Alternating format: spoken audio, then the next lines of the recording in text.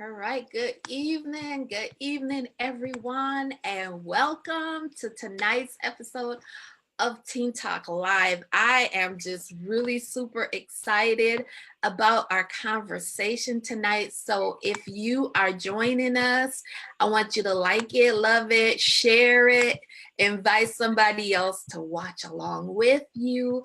I'm just really excited. So I'm gonna go on the Facebook and check this out. Make sure that I can hear you, I can see you. Okay, I think we're good. Again, welcome to tonight's episode of Teen Talk Live. It's mother-daughter drama. It's complicated. And if you are joining us tonight, I want you to like this, share it, invite somebody, tag somebody, and invite them to come join us in this conversation. I have two of my professional colleagues here to have this conversation with us. And I just can't wait to get started. Hey, Missy, thank you for joining. Hey, Shakina, thanks for joining. Go ahead and share this out and invite people to come on and have this conversation with us tonight. If you're a mother, if you're a daughter, you definitely want to join this conversation. I am your host, Ann Dillard. And again, this is Teen Talk Live, where we transform the lives and minds of teens and those who love them. So tonight, I want you to help me welcome Dr. Kristy Holloway and my colleague, Lakiesha Russell. And again, these are all professional women, and I'm going to have them just introduce themselves, and we're going to get right into this juicy conversation. So, Dr. Kristy, tell us about yourself. Okay, absolutely. I'm Dr. Kristy. I own a private practice in Douglasville, Georgia. It's a group private practice where we say we work with everyday people who have everyday problems, and work with children, teens, adolescents, adults, and a lot on. I literally just finished my supervision meeting today, and we talked about a young lady and a mother-daughter toxic relationship. So this is right on time. And then I personally work with women, and really women of color, though, experiencing maternal mental health related issues. So postpartum issues, infertility trauma, birth trauma, and pregnancy and infant loss. So that's me in a very condensed nutshell. Oh my goodness. That is so well needed. Thank you for all that you do. Appreciate that. Thank you. Yes. So, Lakiesha, introduce yourself. Tell the world who you are. Yes. So I am Lakiesha Russell, licensed professional counselor, also known as America's Mental Wellness Ambassador. And I own a private practice here in Milwaukee, Wisconsin. Yes, there's snow, and yet we're known for our cheese, all that good stuff. And the name of my practice is the Evolving Chair Counseling and Consulting Agency, where I specialize in working with women and children, focusing on trauma, depression, literally any woman and children issues. Like, I see those individuals and we work through that stuff. So I do a lot of stuff with parents, individually, as well as family stuff. So yeah, that is me. Well, you all are on the right forum, and I have the right people here with me tonight, because we're going to be talking about trauma.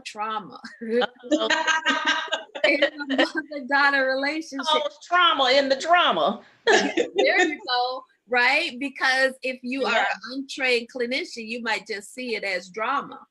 Right. For us, we just see all the trauma all over it. Right? Yeah. So again, if you're just joining us, thank you for joining us on Teen Talk Live. And Jackie, thanks for being here. Oh, thank you, Shakina, for sharing it. Missy, thanks for tagging your family. You are welcome. Share it out. Janine, thank you for being here. You all share this out so we can have an engaging dialogue tonight. So let's talk about Lady May and Grace. As we say, bless your heart. That Lady May is something else, yes. Right? Mm-hmm. So let's start with Dr. Kristy. Tell me, what's your perspective on Lady May and her relationship with Grace? Right. So when I first got into Greenleaf, I'll be honest, I did come in and then had to binge watch. So I got in on it season 2 earlier this year and caught up.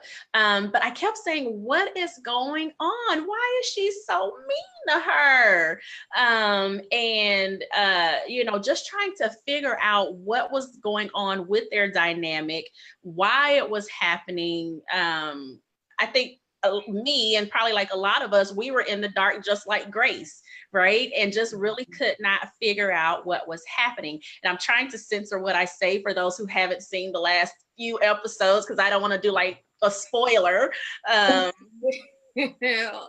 gonna be hard. I know. But the last, episodes kind of have brought it all together as what was going on in the dynamic and their relationship. But as you said, just the drama or the trauma that was in it or is in it, but it really being Lady May's stuff that she's putting out on Grace. Really all of the children, but definitely specifically Grace. And I don't know how much I need to say or whatever as it relates to why it's there, but definitely her unresolved hurts, her unresolved trauma, her hangups, all of those things that Lady May has not worked through. And I think with Grace being gone all the time that she was, Lady May didn't have to work through it. So, right. Mm-hmm. So Grace being there, coming back after her sister, for her sister's funeral, put Lady May's stuff smack dab in her face, right? And she hated that. That's why she wanted her to get gone. I think one of those shows, she said, don't you come here messing up what I got going on, right? Yes. So, that's just, I think, my take on it. She didn't have to deal with it until it was in her face, and now she's faced with it. Wow. So, Lakiesha, what's your perspective on Lady May and Grace? Wow, I know I hate to sound redundant because Dr. Kristy just so eloquently stated, but I agree. You see a lot of Lady May's own traumas that she hasn't even worked through and projecting it out on her relationship with her and Grace. And so it's one of those toxic mother-daughter relationships, like in real time, that you honestly do see. If some people aren't familiar with what it may look like, but it is in those cases, those like little snide remarks or those little put downs, where you think, it's supposed to be a compliment, but it's actually not.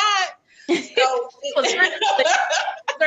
Lady May comes real backhanded. She does. And so their relationship, I'm just like, oh, it's like a perfect storm of chaos. Right. And like nicely wrapped. Yes. Beautifully wrapped, right? Yeah.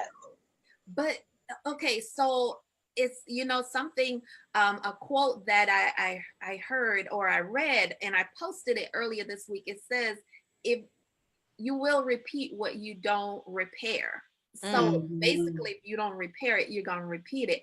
And we see this play out so much in this relationship over and over. And I'm trying not to say what happened, but, at one point, this was what I was conceptualizing. I was like, okay, there's no way that Grace is her daughter. Mm-hmm. I had it all figured out in my head that she was her sister Oprah's daughter, and right? I had it all figured that was Bishop's daughter from when he was, messing around with her sister, and the sister had her, and then Lady May was, agreed to raise her, right? And so she, she was acting out towards Grace. And so that's what I had figured until I learned differently. Right. Yeah.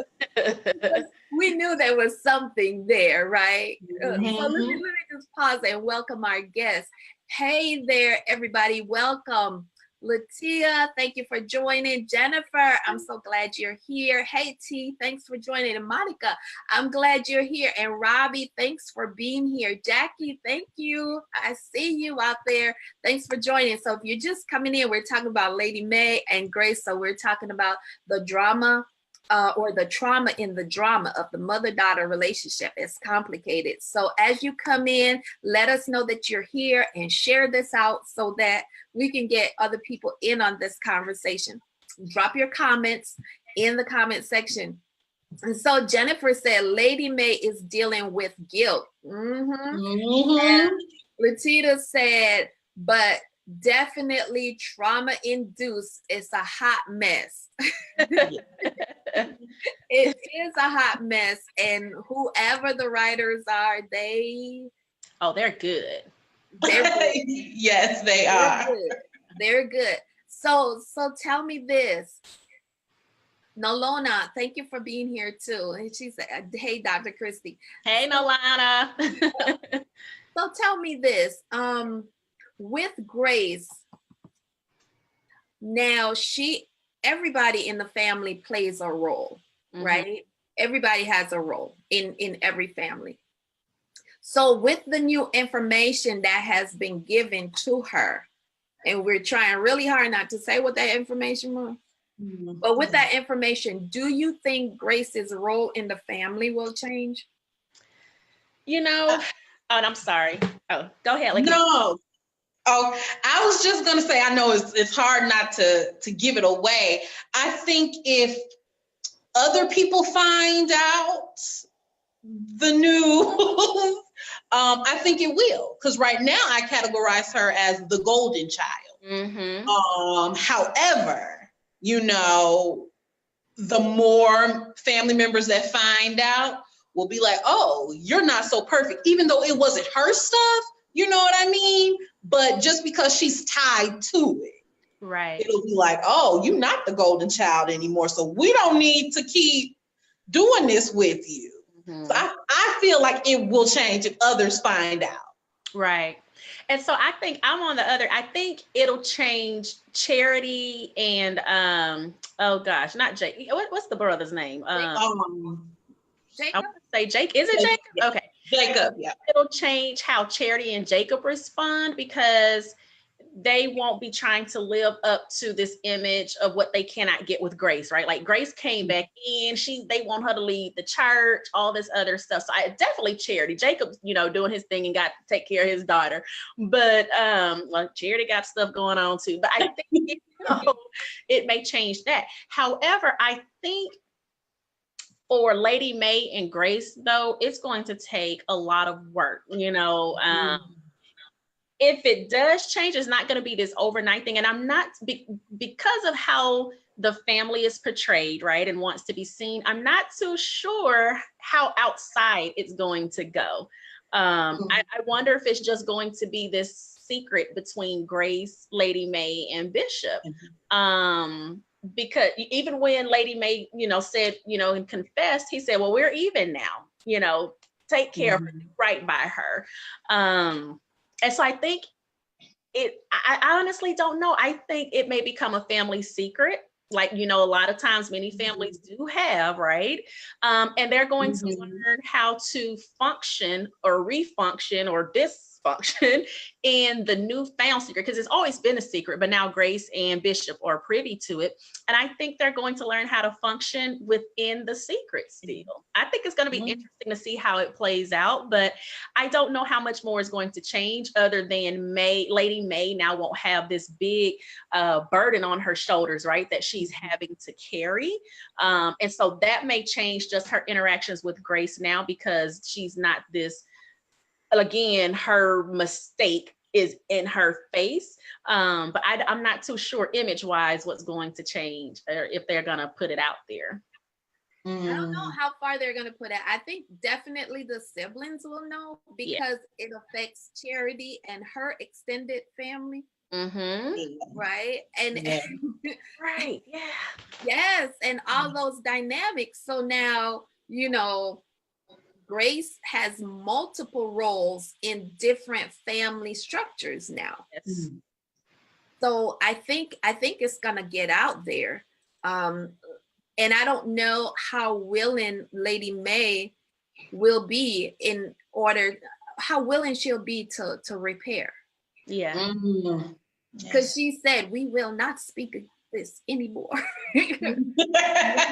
Yeah. That just makes me think, Lady May had called Iyanla out there on Charity. I wonder if they're going to bring her back. Work through the dynamic, with now this secret, this information that's out there. Right. Mm-hmm. That is so interesting. Now, this is Teen Talk Live, so I always want to talk about the impact on teens. Yes. So first of all, I want to talk about, how do you think, before we even knew what the secret was, what do you think Grace's teenage years was like growing up with her mom?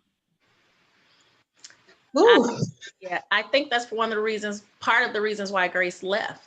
And went so far away and didn't come back until there was, again, like many families, a family tragedy that happened. And she even stated, to her daughter when they were coming, we're just coming here for this funeral and we're leaving. And so I feel like Grace probably was the outcast, it obviously as overt as it is now with Lady May and with Grace being an adult. I'm quite sure it was probably like that even with Grace being a teenager, or even if it wasn't, I know she had to feel it, which made her the one who left, who didn't feel welcomed, who looked different. Now even if we go through and look at it, and we don't know what Faith looked like because we never, saw Faith and she was deceased. But even if we look at it, Jacob and Charity look like Bishop, right?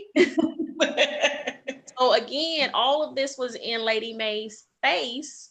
And I'm quite sure that it probably definitely impacted her as a teen, and it was probably there. There's no way Lady May could have hid her stuff with that, is what I'm saying. Yeah. As a teenager, when your brain's all over the place and you're just developing, you don't know who you are, you don't have it together. I could just imagine how traumatic, for lack of a better word, that could have been. And growing up in the shadow of the church and trying to uphold this perfect image. Right? Yes. What do you say about that, Lakiesha? I agree. And and just to like piggyback off of what Dr. Kristy stated, just like growing up in the shadows of people and being mistreated and wanting to like leave that. And I can see why Grace probably left to find her own way. Because like you did say, Ann, if we're talking about stages of development, those are some crucial times with the younger kids, and I would even say even younger than that, like what was that like for her, like elementary age type of thing, so I'm sure her mother has always been who she is, so she's always treated her that way, but it might not have been as noticeable, elementary age. And, people probably was like, oh, why are you so hard on the girl? How some mothers can be, but it's a motive and an intention behind that, whether it's that guilt or that projection, or you're a constant reminder of what I did,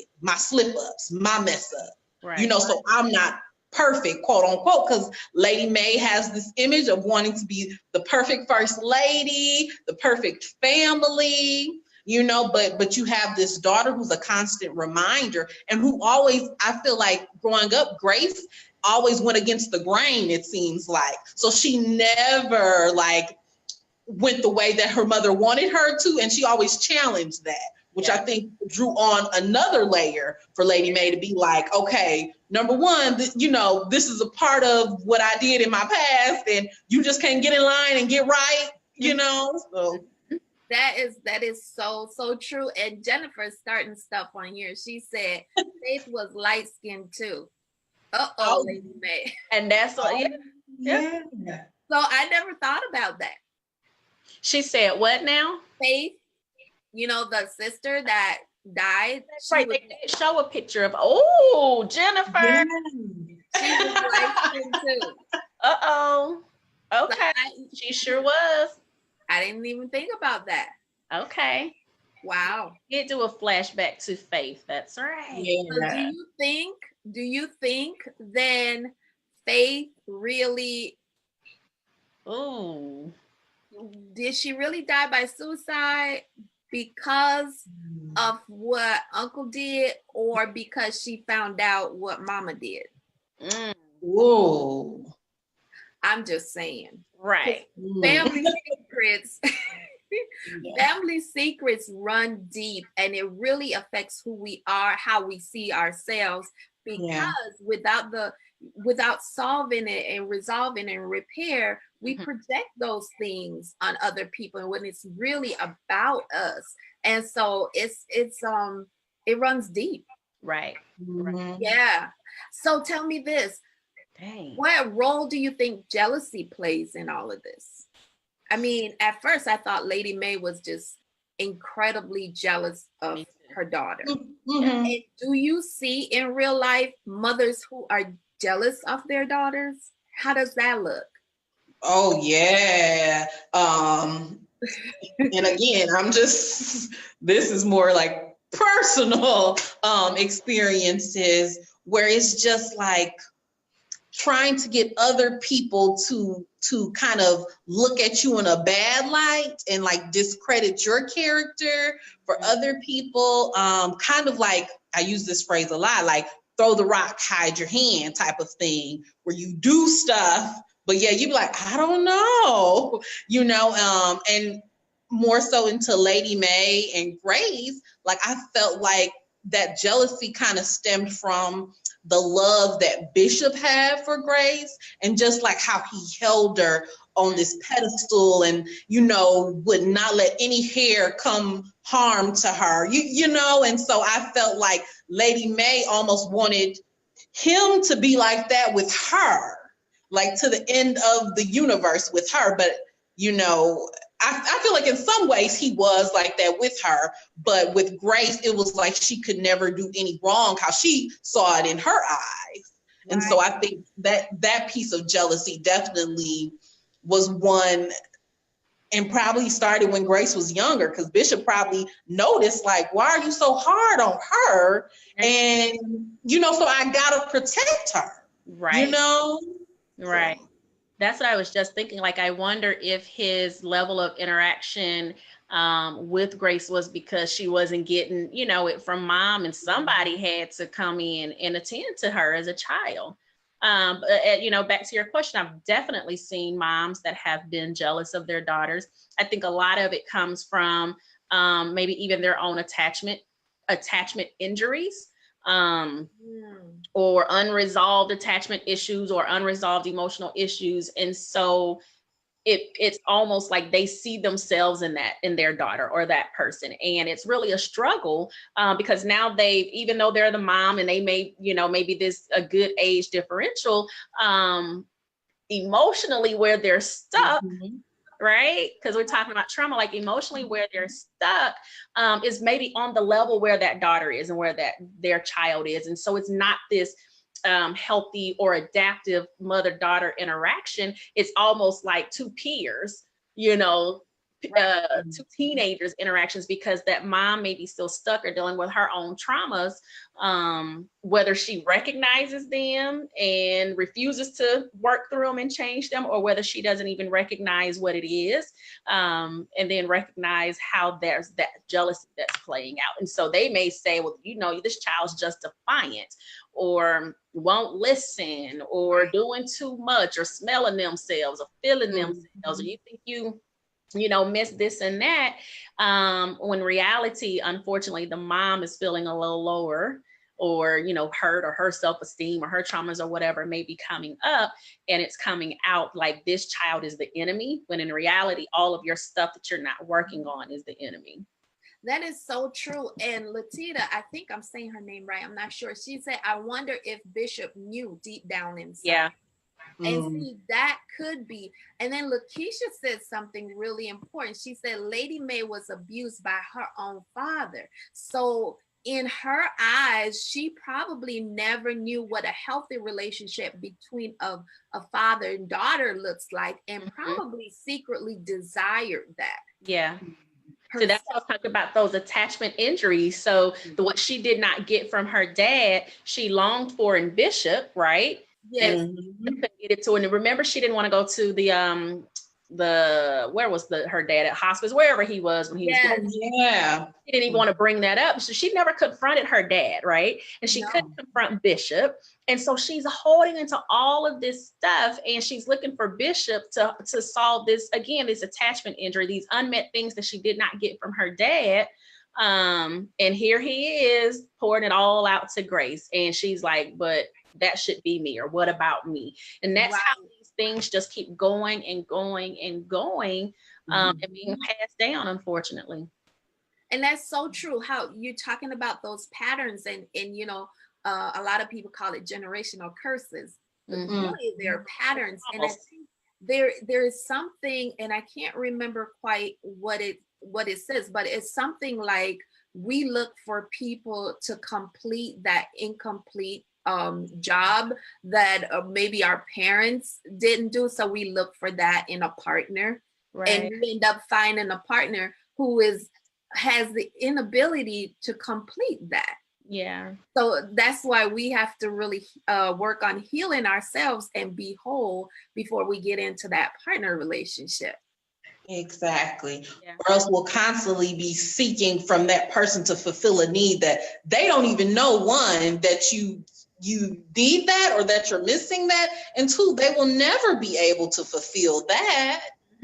Exactly. And so this goes so much deeper than just Lady May's and Grace's relationship. So what are some of the issues as we look at the mother-daughter relationship today? What are some of the issues that, and we've been talking about it, that have a tendency to put that strain on the mother-daughter relationship? We talked about attachment. What are some of the other ones that you can think of? And I think, to go in line with the attachment, just the traumas of their childhood, of not getting whatever from their relationship from their parents, you know, and how that just trickles on and carries over with you. Right. So their own unresolved stuff. Right. Right. And I think, you know, this is very, you know, as y'all said, the writers did an excellent job, because this is a good indicator of what a lot of times things look like in African Americans and families in the Black church. You know, so we talked about these hurts and these unresolved things. And let me go back. This can look like in all families, in all churches, right? So let's just transcend racial barriers, right? Exactly. But, you know, specifically because we're seeing this and all of that, but all of this stuff that was unresolved and not worked through, even when, you know, Iyanla came and was, you know, acting as their counselor and things, it was this whole, I'm gonna pray about it. I got Jesus and this and that. And that whole thing, you can go to church and you can have a therapist. Like, you can pray and you can have a therapist. And somewhere there's this disconnect, right? And that's where a lot of that reliance. And so I don't even think she's aware, and that's why counseling is beneficial, like to help raise that awareness. I don't even think she's aware of how much her stuff is playing out and how it impacted, you know, her and Grace's relationship, indirectly her and Bishop's relationship, Charity's relationship. Like, it's so many different, we need to do a genogram, right, to show like these trees and everything, but it has literally filtered down through and impacted every single person in that family, because she's not aware, or I won't even say she's unwilling. I don't really think she's aware of how deep this runs for her, and how impactful it is. But we're gonna get up and put on Sunday's best and keep it moving, right? Yeah. You know, part of me really, really feels sorry for Lady May. You know, because I'm saying, who takes care, who heals that child, and that burden that she has, that that legacy that she's carried, the legacy burdens that we talk about in therapy that she's carrying. Who heals that? Who walks through that with her and helps her to realize that, one, it wasn't your fault, you know, for what happened to you. And we know that if we don't heal our mother wounds, we will pass them on. to our daughters if we're not intentional about it, right? So I feel some level of compassion towards her as a mother. It's like, who sees her? Right. You know? I agree with that. And I sit and I think, because on one hand, this is why, it's hard for us as clinicians to watch stuff, because we always analyze it and breaking these movies down. But on one hand, I was like, man, this lady right here can catch these hands, right? Like, and then on the other hand, I was like, something has, you felt just sorry for her, because you're like, there is no way you just wake up today and say, I'm going to be this mean and this spiteful to my daughter and this hateful. Again, now we know what it was, but I think like you said, knew something was going on even before she had talked about, the issue with her and her dad. But I don't know for her who heals it, what she's going to be willing to do. One of the things I tell my clients, like, we got to go to war, and war means willing, able, and ready. You may be willing, but not able or ready. You may be ready, but not willing or able, right? You may be able to do it. You may have the finances and resources, but you very well may not be willing, or you may not be ready, because this is going to open up a whole lot of stuff. And so I don't know where her war level is, if she's willing, able, and ready to do it, and what that's going to look like in the exposure. And especially now, I think it was the last episode when she asked Bishop to come back home, especially now, right? She's repairing that. Daddy, come home. Right? They're hooked up and everything. And someone had said, do we think that Bishop knew about Grace? His reaction when, Lady May said it, he was just like, oh, now we're even, right? Right. I mean, I for me, I wonder how much of it, I was like, something's gonna happen to him. Something did happen to him. Oh my gosh. Like, right. No.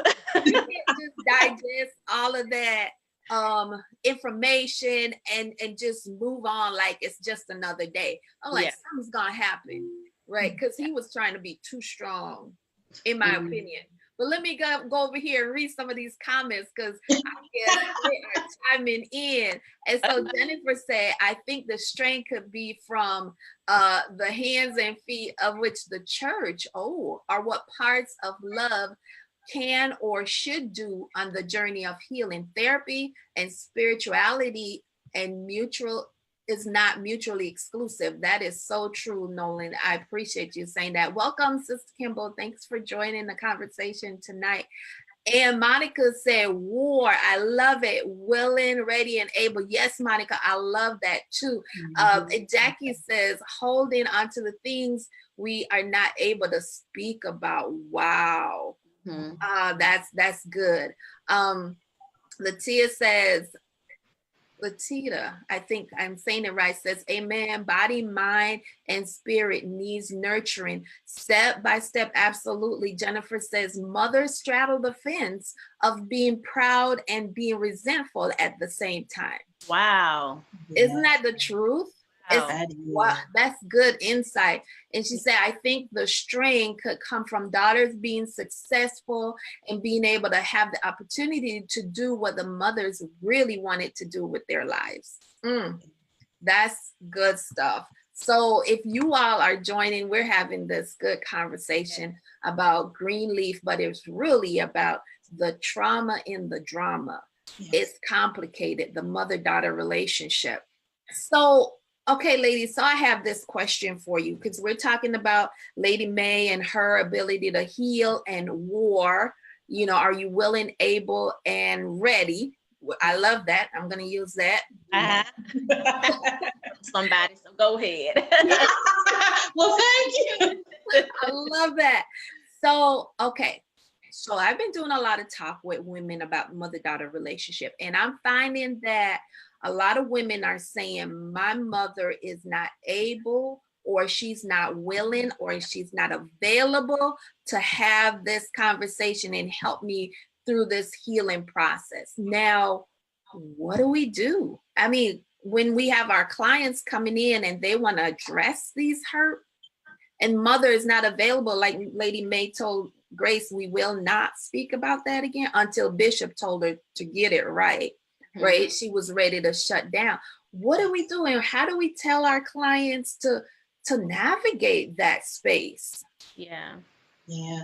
And I think that is something hard, because when the mother isn't willing, able, and ready, you have to literally transform your mindset and almost like grieve that loss, to know that you won't be getting whatever it is that you're seeking from your mother at that point. Now, you know, she may come around down the line, but even with that, I try to talk to clients to seek out those natural supports in their lives, whether they got like an auntie or a grandmother, and they just don't realize, like, she's been guiding me this whole time, you know, because they're so fixated on getting that from their biological, their natural mother, that they don't realize that other women have been giving them those seeds and depositing those things into their lives.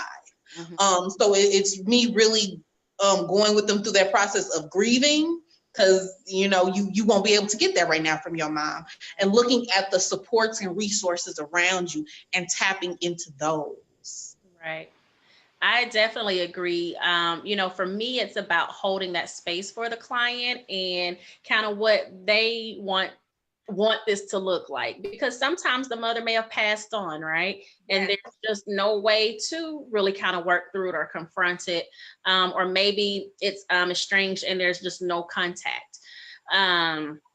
But then there are those times where they are there and they still have to go, you know, to the holiday gatherings and all these gatherings or Sunday dinners and just whatever it may look like. And you have your hurts and hangups, and you know mom does too. And so it's this you're treading, because you know you have to, you know, that's how you may feel. You have to be there. And so I talk about, well, then what does this need to look like if you don't want to cut off this relationship, right? Like, first, let's talk about what you deserve, right? And what that needs to look like, and who from with your mom. So if you don't want to say, I'm just going to cut this relationship off, then what kind of boundaries can you set? What kind of things can you put in place? So when you do have to go over and interact, it's not hurting you, hopefully, as much. Like, you've put yourself in a position to learn how to deal with it, because like Lakiesha was saying, you have to grieve it. And sometimes that's different or difficult to do. It's like this disenfranchised grief, because like, my mama's still here. So, but you're grieving the loss of what you wanted to get, what you thought you were going to get, what you were hoping to get, you know, in that mother-daughter interaction and relationship. And so being able to say, okay, I've grieved that, and now get to this place of acceptance, right? Of this is what all I'm going to be able to get from this relationship.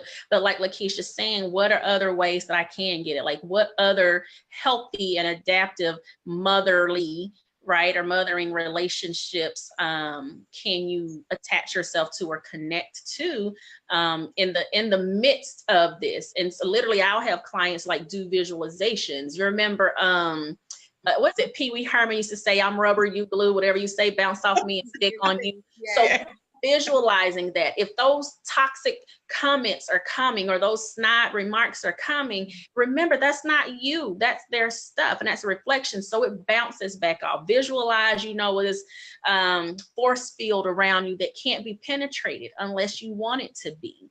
So I do a whole lot of, you know, just affirmations, visualizations, that healing work that has to happen, that grief. And like, this is the place where you can come in and grieve this, and now rewrite this story on how you want it to look. Who's going to do that for you? Like you said, who's going to take care of this, right? Who's going to take care of Grace? Who's going to take care of Lady May? Who's going to heal those hurts? And sometimes that healing has to look like maybe you and your therapist, or you and your family, you and your church, you and all of those, you know, together, if they're not mutually exclusive for you. And we just have to walk it together.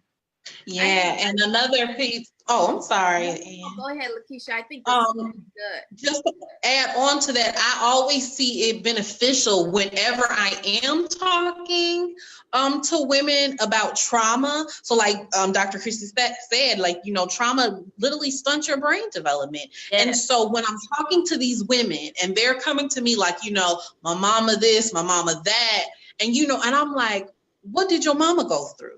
And they're like, what you mean? Like, grandmama was amazing. Woo, woo. And I was like, yeah, you know her as grandmama, but how was her relationship with your mom? I was like, maybe she didn't get the stuff that you're longing for, so she doesn't even know how to get it. So even her, with her development, she's stunted at a certain age. And when I'm saying those things and helping them understand trauma and how it impacts people and their choices and their decisions, they're always like, oh, I didn't think about that. So I also help them understand, something could have happened, to your mom where she didn't get those skill sets. So that's kind of being sensitive to that too. And that doesn't mean they have to be okay with it, right? And dismiss their mom's behaviors and actions and all the hurt. That just gives you a different point of view, a frame of reference to look at for. I'm not saying by, saying this and that and something could have happened that excuses or justifies and you should have this sympathy and be okay with it, because we teach people how to treat us, and at some point mom has to make the decision to heal so that the relationships can be healed, but it helps, like you're saying, Lakiesha, to give them a different perspective on what may have happened or may be going on, and just kind of being able to operate from that frame of reference. I think that's really good what you both said. In Latita says, if a mom is willing to come in, she brings them into the therapy session as well and help them see that perspective. Sometimes having that third party is really good. And then she says, if mom is not available or not even willing, one of the things what she will do is help the daughter to come to peace with it, which, like you all have stated, what can you live with? And she also made a good point of saying, help them to focus on what is in their control. Mm-hmm. Because there's so many things that is not in our control. And so now that I'm being intentional, what is in my control as a mother is how I then impact somebody through my trauma. Yes, absolutely. That's in my control. So awareness on all ends is so key. Hey, Audra, thank you for joining. Hey, Audrey, thank you for being here. Hey, Tanya, thanks for being here. The 12. I'm so excited about this conversation because I think it will help some mothers and daughters, really take another look at this whole system and in this relationship and hopefully desire to strengthen their bond. And for those mothers who think that there's nothing wrong or, you should just get over it. I brought you in this world. That's all, all that narrative. Hopefully they can take a different look at it. So ladies, what are a couple of things that you can share with mothers and daughters who are going to watch this to say, these are some of the ways that you strengthen your relationship? I know that you started by saying, exercising boundaries. And for those of us and those who don't know what healthy relationship looks like, then boundaries is kind of foreign to them. Yeah. Yeah. So I love Brené Brown's definition of boundaries. She said boundaries are just simply making clear what's okay and what's not. Mm-hmm. Mm-hmm. Right. So from boundaries being number one way to help structure this relationship and work towards healthy, what are some of the other things that mother-daughters can do? I think, and just with your show being Teen Talk, and is, acknowledging the emotions. We can't just dismiss, like, oh, you a teen, you shouldn't be depressed, or you ain't got nothing to be sad about, like, you ain't got to work, like, just be a kid. But not realizing that emotions are real. They have no, age limit or anything like that, and we all experiencing that. So acknowledging the emotions and respecting them too. You know, you don't necessarily have to agree, but, you know, respecting them to allow that safe space for them to want to be able to come and share with you and communicate with you how they're feeling. Right. I am in a complete agreement. You know, when you, Ann, were saying that whole, I brought you in this world and you're going to do X, Y, and Z. That's so dismissive. That's so saying that you aren't worthy. You aren't valued. What you're going through is not important. It doesn't matter because, hey, I, you know, make the rules and this and that.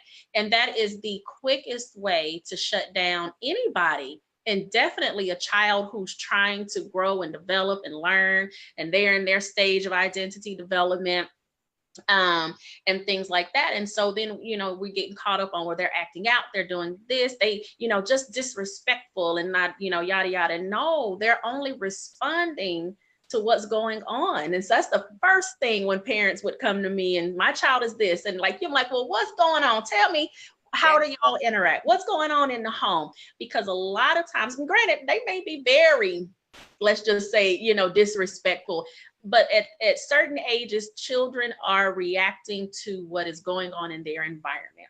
Yes. And if they have not learned how to regulate that, or that's safe, because, you know, then we'll say, well, they need to grow up. They need to act their age. Well, guess what? They are acting their age. And if they're cognitively and their brain is stunted, they're acting that age too. So you may have a 16-year-old who's been traumatized and stunted. Their brain development has stopped, you know, or been impacted at 8. And yeah, they're acting like an 8-year-old. So I think my biggest piece of advice when families and moms come to me is, you know, let's hear them out. Teenage years are hard, right? It is so much going on with body changes and hormonal changes and brain development and peer interactions and who's this and that. And this is why we have now alarming rates, you know, of suicidality, eating disorders, anger, you know, all of these things that are going on. And so what I really do is say, let's just, you know what, give them that safe space to have that voice, somewhere to talk. Don't come in here and try to, you know, insert yourself into their therapy and they gonna do this and that. Then why are you here? You know, like, exactly. You know, that space to just be and to talk and to work things out and to come into their own. And in the midst of that, mom and dad, maybe you come in here too, right? Because you know, I always tell them, let's just say Jane is cutting up, right? Jane out of pocket, everything. At the end of the day, it still affects that family dynamic, that structure, and that relationship. So the whole family needs to be in here. So mom, come on in here and let's work through this. But you get your own counseling too, because there's some things that you can learn. But my biggest thing is, do not shut them down. Do not tell them, you know, you can't talk, or you know, that who you think you talking to, or that, you know, that look that you get and you already know, shut it down. But you just think about each time that happens, they are learning, I'm not important, I'm not valuable, how I feel, it doesn't even matter, right? Everything that I'm thinking, it is no value to it. And so they begin to internalize that. And then their behavior starts to show that I don't value myself. Right. Because I've been told indirectly, right? Absolutely. And the thing about it is, as therapists, our role is so valuable in the family system, because a lot of parents didn't take child development before they became a parent. So they absolutely have no clue about what's going on in the brain, right? And so that's why when I have family sessions in my therapy room, discipline is off limits. And what they say in therapy is off limits. You can't reprimand them for it outside of therapy, you know, because we do have to provide that safe space where that child feels like somebody's on my side, or they feel like somebody can help them to be heard. And now they can trust you because you brought them here. And if y'all have set that rule that, hey, don't reprimand them for what's said in therapy and don't do it outside of here, and you follow through with that, now they can learn to trust that you're going to do it, versus you just coming in this therapy space, you know, playing the role, and as soon as we get out here, you're on my back, and yet again, I don't have a safe space. I don't have a safe space. That is so true. That is so true. And let me get this comment. Nolona, did I say it right? Nolana says, not everyone is ready to accept that teens react intensively to context, right? And we talk about the environment. We have to allow them a safe place to fall over and over and over again. And that is so true, Nolana. I appreciate that comment. So, Lakiesha, what would you say, to parents about building tips to build that relationship? I am, anybody that knows me, I am number one, the parents got to model it. You got to model it regardless of how upset you may get, how frustrated you may get, because at the end of the day, you are teaching your kid with just what you're doing. You can say, oh, don't do this, don't act like that, but that's going in one ear and out the other. They're really watching how you behave and how you handle yourself. So I always say modeling the behaviors, talking to them, not at them, and right. And I raised in the church, all of that. So the church are open, you were there before they were opened. Right. And so, sometimes church members be looking at me like, Lakiesha, what do you mean? I'm like, no, you can't just talk at them. You have to talk to them because you want to give them respect too and show them that they deserve that respect, because every interaction with their parent is laying the foundation for how they'll be treated in other relationships. Right. And so those are like my top keys I get to parent. Like, it first got to start with you. Right. Like, it has to start with you. And again, I'm not excusing, behaviors that our kids and adolescents display. But at the end of the day, when we got to look at it, where they learn that from? Or, you know what I mean? How did they learn how to respond? Mm-hmm. So the onus is on the parents. I'm sorry, y'all. It's on y'all. I'm a parent too. So, I'm speaking from experience. Okay, so I'm going to play advocate right here. So, what about the parents who are like, well, that's not what, we have rules, but the kids are acting up, and my daughter is just, cutting up because of the company she keeps, or because of social media, she learned that from. She didn't learn that from me. Let's go with that, right? Because there are times there's so many influences, and it's hard to keep kids, from things good, bad, and indifferent, right? There are just so many influences. But so in those cases, I may say, we know all behavior is purposeful, right? And that child is still seeking something, right, that they're missing or that they're needing. So how can we bring them into, how can we give them freedom a little, but also give them boundaries? Because again, this is how they learn and develop. But this is all very age appropriate. So giving them a little, my mom used to say a little rope or a little string or whatever to kind of go out, but you kind of tether them back in, right? So having that, but also seeing how, let's just say social media is this horrible influence, and they just out here wilding out. They have horrible friends. Yeah. Come here and let's talk about what it is that's going on. Because what I'm noticing is, although we have raised you this particular way, I'm seeing you kind of leaning to this. And I'm not, going, because as soon as you say your friends are horrible, they're going to hang out with their friends all day, every day, right? Just because you don't like them. So how can you, bring that back in and say, I'm not down in your friends and this and that, or maybe, hey, they are a little cutthroat. But what can we do? How can we assist you? Because I don't want you to go down the wrong path. A lot of times children, just like adults, teens, just like adults, are going to respond when, again, they feel heard and valued and that someone cares. They're going to make those mistakes, and you have to give them a little of that so that they can learn But then if they don't want to talk to you, you know what? Is there anybody that you would feel comfortable talking with? That may not be a counselor. I'll tell people all the time, everything, you don't have to come to me or anybody. That could be a God mom, right? That can be a church mother. That can be the neighbor down the street, their teenage daughter who a few years prior was having some issues and she's pulled it together. So finding different types of mentorships or motherships, right?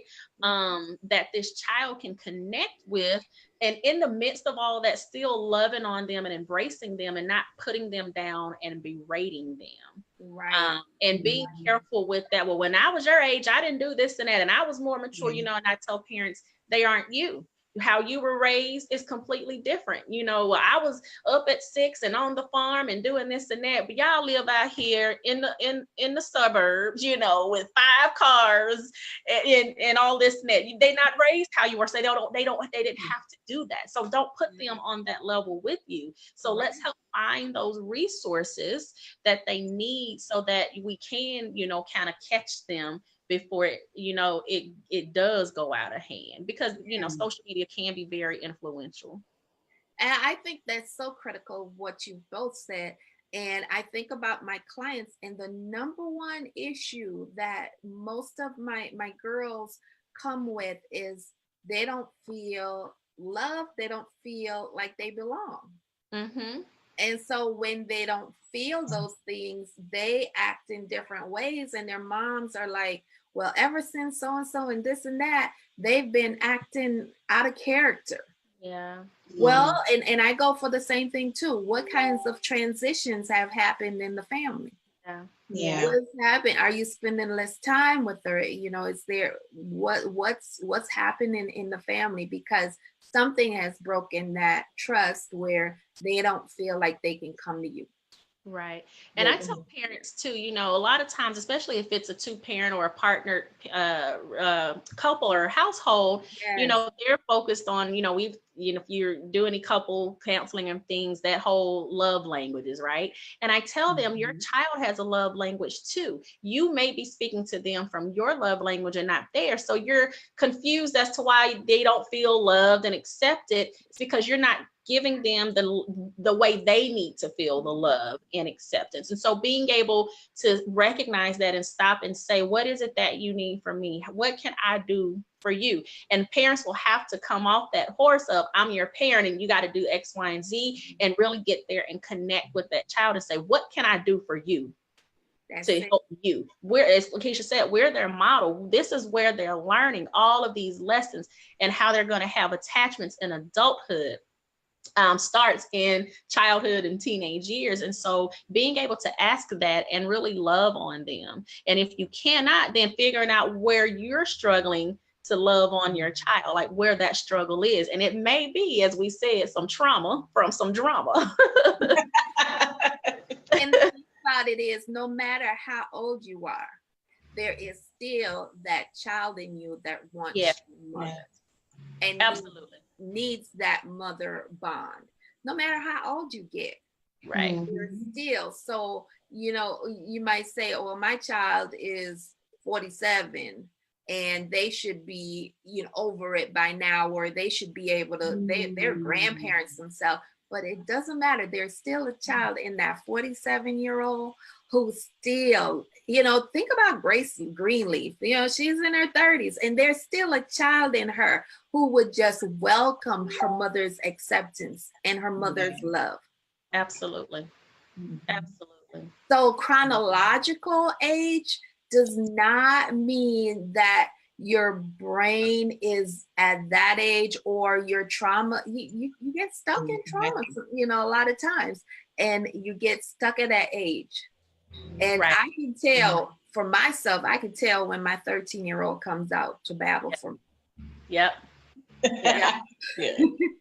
Got to recognize, and I'll ask my clients, okay, who am I talking to right now? 33-year-old, you were 13. It's okay. Just let me know who just responded, you know, in this situation, or if you had a, you know, interaction with someone, well, which age of you responded? You got to be aware of that. And a lot of times, unfortunately, there's just not, again, that awareness, which is why therapy is great.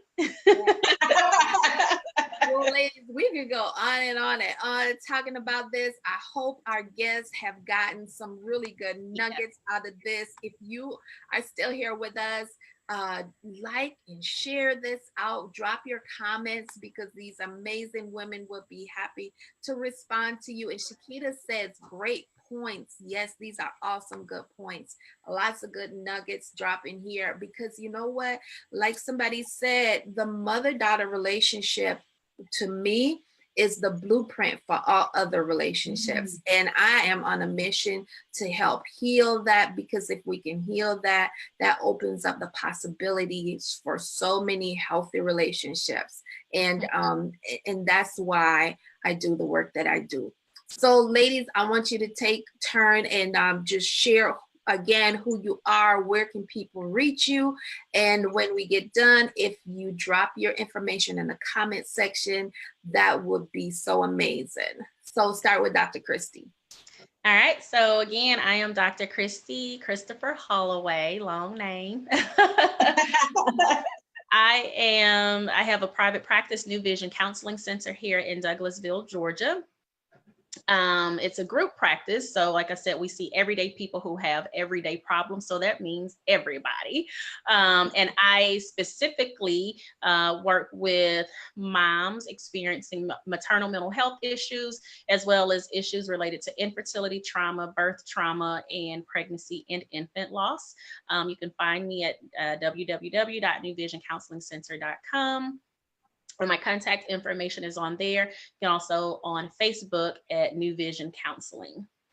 Excellent, excellent. Thank you for being an amazing guest. All right, yes, thank you for having me. Yes, so again, I am Lakiesha Russell, licensed professional counselor, also known as America's Mental Wellness Ambassador, and I'm the visionary and founder of the Evolving Chair Counseling and Consulting Agency right here in Milwaukee, Wisconsin. You guys can go to my website, www.theevolvingchair.com, or connect with me on Instagram at Lakiesha LPC, or on Facebook, Lakiesha Russell. Excellent, excellent. And thank you all so much for joining. And Jennifer, thanks for sticking here with us. She said this was wonderful. Thank you. Thank you for being here. Thank you for sharing it out.